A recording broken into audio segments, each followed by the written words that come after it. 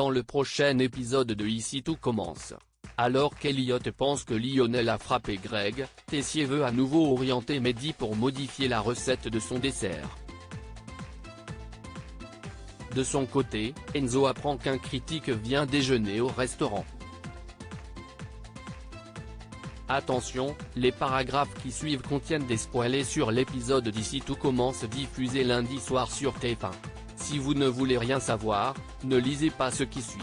Lundi 22 mars à 18h30 dans Ici tout commence. Lionel soupçonné de l'agression de Greg Tartt juste remis de son traumatisme crânien, Greg prétend avoir trébuché sur des racines lorsque Myriel lui demande ce qui lui est arrivé. Rose trouve sa justification curieuse, mais Antoine ne fait pas plus de cas et assure que le jeune homme doit être embarrassé de sa chute. Au vestiaire, Elliot remarque que Lionel porte un bandage autour de la main. Il tente de l'interroger sur l'origine de sa blessure, mais Lionel se braque et s'en prend à lui, obligeant Elliot à les séparer. Persuadé que Greg s'est fait tabasser par son ami parce qu'il les a surpris en train de s'embrasser le vendredi précédent, Elliot en émet l'hypothèse auprès de Rose, peu convaincu par l'excuse de Greg. Lors de la masterclass animée par Benoît Delobel, Elliot se montre particulièrement brillant et force de proposition dans son binôme avec Greg. Agacé, son père le prend à part et lui demande d'être plus impliqué, et de ne pas se laisser mener à la baguette comme une lavette par son camarade, qu'il juge trop excentrique. Plus tard, Rose et Antoine tentent d'interroger Lionel sur l'état de sa main, et lui demandent s'il s'en est pris à Greg. Celui-ci nie avoir frappé son ami et, choqué de la portée de cette accusation, se rue sur Elliot et l'accuse de l'avoir dénoncé à tort. Témoin de la scène, Delobel les sépare et lui demande des explications. Fou de rage, Lionel lui annonce que son fils est gay et qu'il sort avec Elliot. Enzo fait une gaffe au restaurant d'application de service en salle pour le déjeuner. Maxime et Enzo sont interpellés par Lisandro, qui les avertit de la venue d'un critique culinaire au restaurant de l'Institut. Il leur recommande de ne pas stresser, et de travailler comme à leur habitude afin que tout se déroule sans accroc. Ayant eu affaire à un critique l'année passée, Enzo est confiant, pensant deviner d'un simple coup d'œil l'identité du critique. Il est aux petits soins pour lui, au point de lui donner la dernière commande de pièces de veau pourtant destinée à un autre client.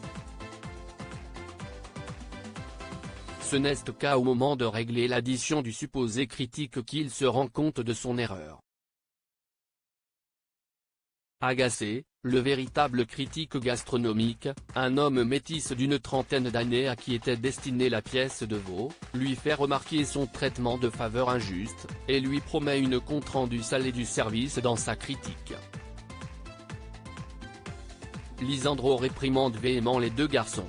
Dépité, Enzo confie à Maxime qu'il s'en veut d'avoir discriminé au faciès un client métis, alors que lui-même est noir, pensant qu'il ne pouvait pas être critique culinaire à cause de son apparence.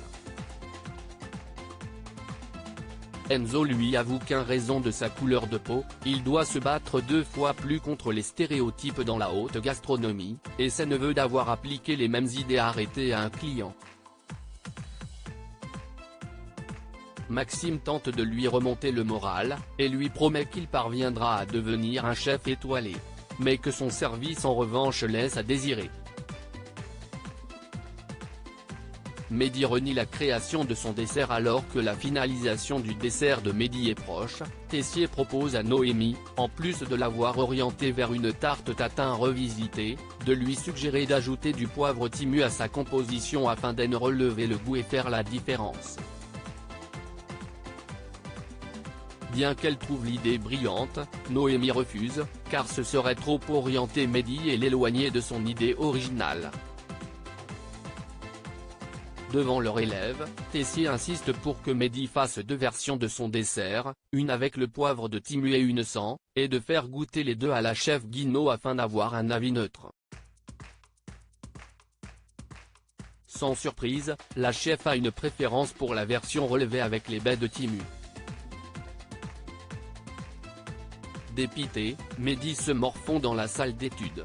Maxime lui demande ce qui ne va pas, et son ami lui confie son impression d'avoir été dépossédé de sa recette, et que son idée de départ pour réaliser son dessert signature, celle de revisiter la pastilla de son enfance, est désormais trop éloignée du résultat. Maxime l'encourage à parler à ses professeurs de son sentiment d'avoir été guidé dans la mauvaise direction, mais Mehdi redoute de passer pour un élève ingrat après le temps qu'ils ont investi auprès de lui.